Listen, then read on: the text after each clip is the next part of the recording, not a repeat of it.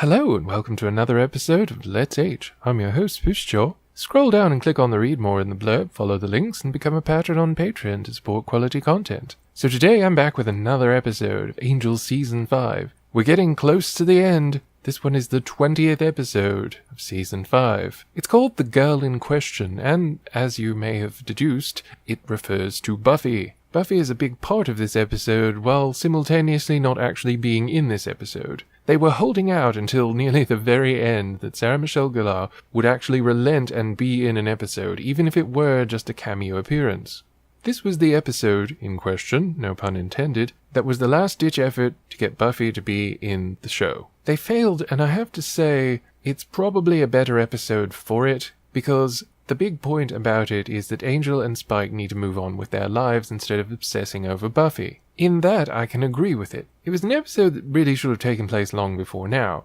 The original draft of You're Welcome was something that seemed to indicate that it would have taken place then if they had been able to get the actress. However, as you are aware, things did not quite go that way, and as a result we had some strange not quite cameos, culminating with this episode actually dealing with the character, even so far as in the title, but not actually ever meeting up with her, which I have to say was a good move. Buffy being in this episode would probably invalidate any point in getting Spike and Angel to move on, or even start to move on. As for quality, this is one of those episodes where I really wanted to like it a lot more than I did, but it's not a bad episode. It's just also not a very good episode either. There are parts of it that are great, and the interaction between Spike and Angel is fantastic and usually hilarious. Most of the stuff dealing with Spike in this season makes him the punchline of jokes that are either incorrect or inappropriate for the character. Either that or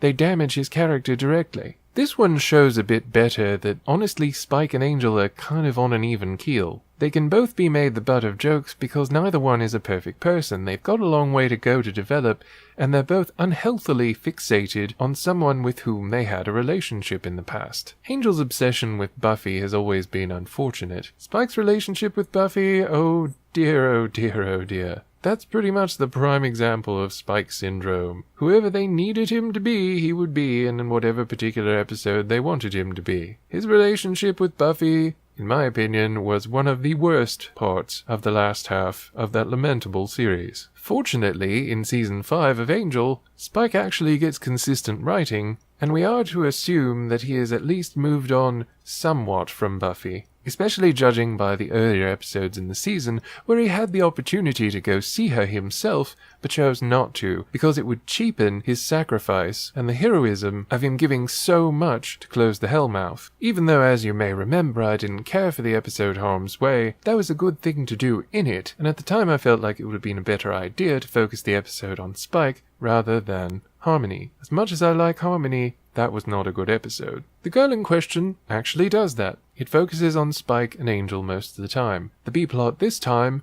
is that the Burkles have randomly, for some reason, decided to come visit Wolfram and Hart. It's actually a fairly interesting subplot, although please, can we get away from the everyone is mysteriously attracted to Wesley and wants to just explore this romance option with him. It didn't work with Lila in Season 4, and it doesn't work with Illyria now. It seems inappropriate for the character, especially given that Wes doesn't even emote now. The Burkles see something slightly different in Fred, but I don't know why they don't recognize something hugely different in Wes. Fred isn't all that different to the last time that they met her. She's perhaps more well-adjusted, but Wes is a different world. He's a different character by now, which, yes, I recognize the irony in that. It was kind of neat to see the opportunity to showcase that Fred is still probably in there somewhere, and they were trying to explore that. They weren't able to really do it as much as they clearly wanted to, and there were so many hints that Fred was still in there somewhere,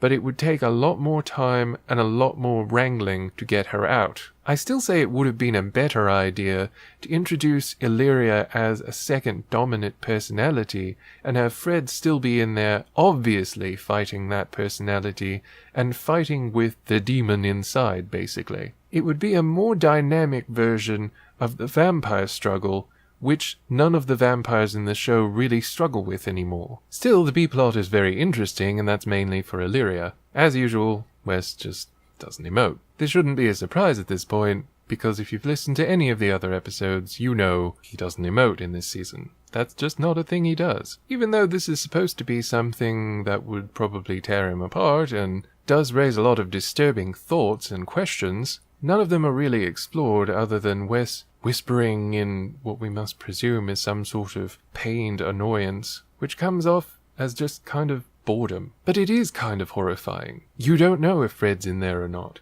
You want to believe that she is, and they've made every hint that she is, but what if she isn't? What if this is just a clever ruse? A reasonable facsimile reminding you of a person that is long gone? It's rather horrifying to think that we could be just the sum of memories or feelings or sensation, and nothing more. Still, Illyria gets it a bit too right, and you can't help but think, yeah, Fred's got to be in there somewhere. That's where they're going with this. Unfortunately, this is really effectively the last episode of this season, so sadly they're never able to explore that adequately, which is really a shame. It makes you kind of wonder why they kept trying to do it up to now, but at least they did try, I guess. And at this point, since they knew the show wasn't going to continue on, they did try and do some things to give the audience some sense of advancement, even if not resolution. And as I've said many times, it's usually better to have something more open than something that conveniently ties up everything in a usually contrived or pat way. The main plot, however, with Spike and Angel going to Italy to retrieve literally a head, and also incidentally to try and save Buffy, is very entertaining as long as you focus on Spike and Angel. They wanted to do a bit more crazy stuff and a bit more suggestive stuff, but it was nixed at the time, which is really unfortunate, especially considering the actors actually wanted to do it, instead of the earlier plots in the season where a lot of people were really uncomfortable with doing the writing as it was, and the writing had no reason to be as it was. This episode brings up a lot of things that remind us of what the characters have gone through, and whatever we may think about their relationships and their feelings about Buffy, it actually gives them a good opportunity to interact with each other that they normally don't have. There's a hilarious fight in a bar, a great vehicle chase on a Vespa, and there's a fantastic guest character named Ilona, who is played brilliantly. The actress is so on point, she's so amusing, and she has such potential. She's so charismatic and funny that one really wants to see more of her. Even though she's working for Wolfram and Hart and probably either evil or fairly questionable in scruples, she just makes you want to know more about her. I can't help but think that a show revolving around her branch of Wolfram and Hart would be fascinating. Ever since I saw this episode for the first time, I absolutely loved that character, and I thought that she was just magnificent. In some ways, yeah, she's kind of over the top, but in others, she's very much a powerful, quintessentially European woman, which I think would have been an interesting presence on a show like this, and it's a pity that we only ever really got to see it in this one episode. Because really all we've ever known is the LA branch of Wolfram and Hart. Wouldn't it have been more interesting to bring in some of the others? They were the villains you love to hate, and it might have actually made it a bit more of a dynamic in this season if you'd had more characters like that. The whole attitude of it is very continental, I suppose you could say. That things are done differently there, and that some of the customs and etiquette is just inscrutable and mysterious, and sometimes it's just dumb, just like in America. Which is funny because it doesn't really build it up to be some sort of massive, impressive, mysterious mystique, you know. I think that's great. I think it should be dealt with as something that's different and kind of weird to these characters. But it doesn't have to be some sort of utopia. It doesn't have to be that all of these things are the way to do things. But it's interesting. And at times it's funny. And sometimes it can hold it up for scrutiny and say, okay, this is ridiculous, but it's really kind of great, isn't it? So I pretty much gushed over what I really like about this episode. That's not to say there aren't things that I think could have been done a lot better. For one, the whole immortal storyline really doesn't work very well. A lot of the times when it's brought up, it has that tendency, like a lot of the jokes in Season 5, to take agency and respectability from our main characters. Even though Spike and Angel didn't quote-unquote have a soul in the sense of the Buffyverse at the time for most of the flashbacks, it still makes them look a bit lesser, and I didn't like that. I also don't like building up someone who sounds frankly like a douchebag when there's no real consequence for him. if you're going to build up this character of the Immortal, and you know you don't have any more episodes to play with in the series, don't introduce him again and then not resolve him. This is one of those things that needed some kind of resolution, not the non-resolution that we ended up getting. The Immortal should have been dealt with in one way or another. They should have either made their peace with him or killed him. Either way, it probably would have led to more of an epiphany than the episode ended up doing. The way they handled it, for the most part, was actually okay. It showed the difficulty that vampires, and in the Buffyverse demons as well, have with moving on, with advancing and changing and adapting in their lives. They change to a point, and then it's very hard to get them to move on. This much has been established, and even Illyria commented on it a few times about her own people. The one thing that absolutely doesn't work in this episode, though, is Andrew. You knew I was going to talk about him sooner or later if you remembered him being in this episode, which he wasn't supposed to be in. Because not only couldn't they get Buffy, they couldn't get Dawn either. Now that's pretty sad. Regardless,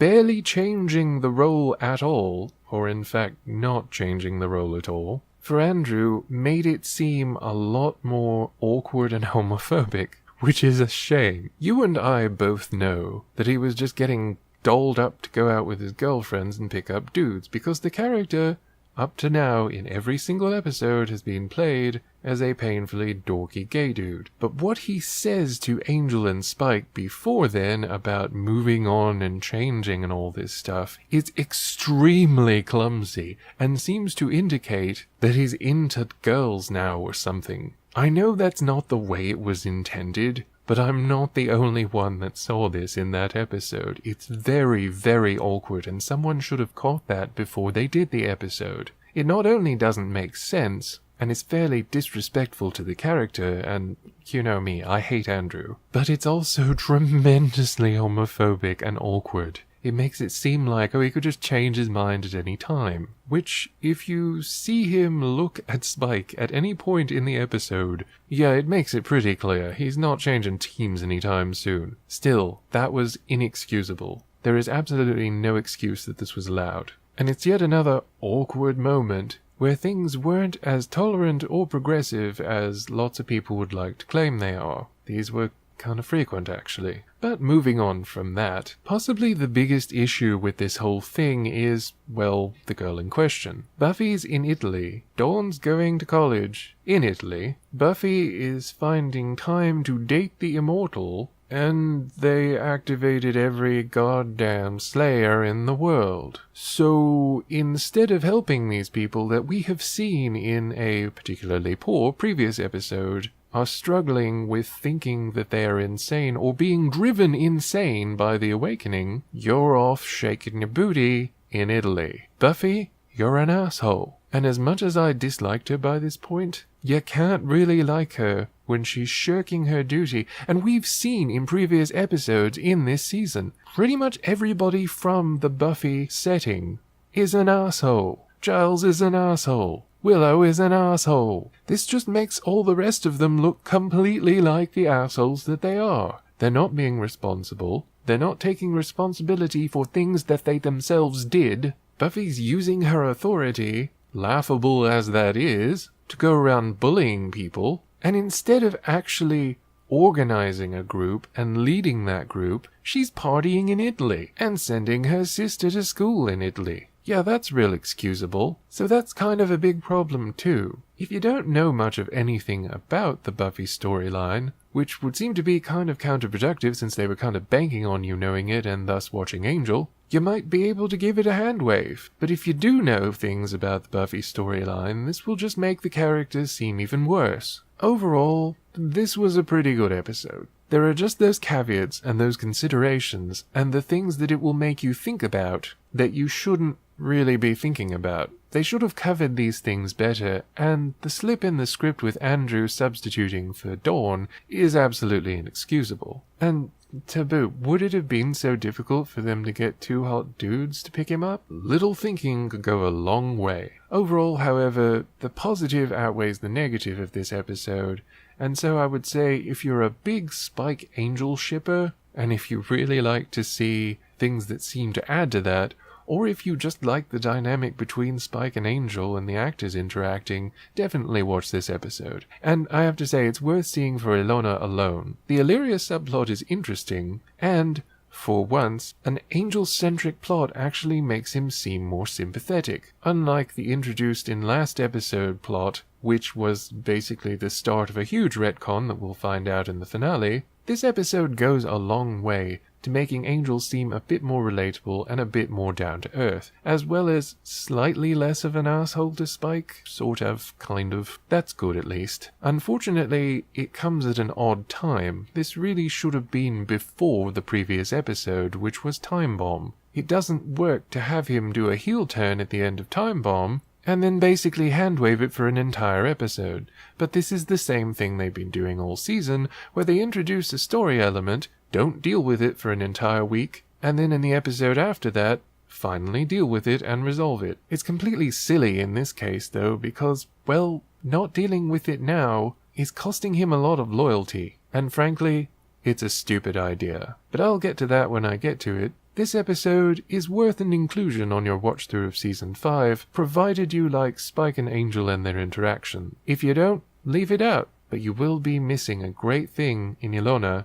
and a window into how Wolfram and Hart does it in other countries. It's overall a pretty interesting episode, and it was great to see Darla and Drusilla again. Some of it I could have done without, but most of it I'll definitely keep. But I'll be back with another episode next time as we're winding down into the final episodes. You're welcome. Bye.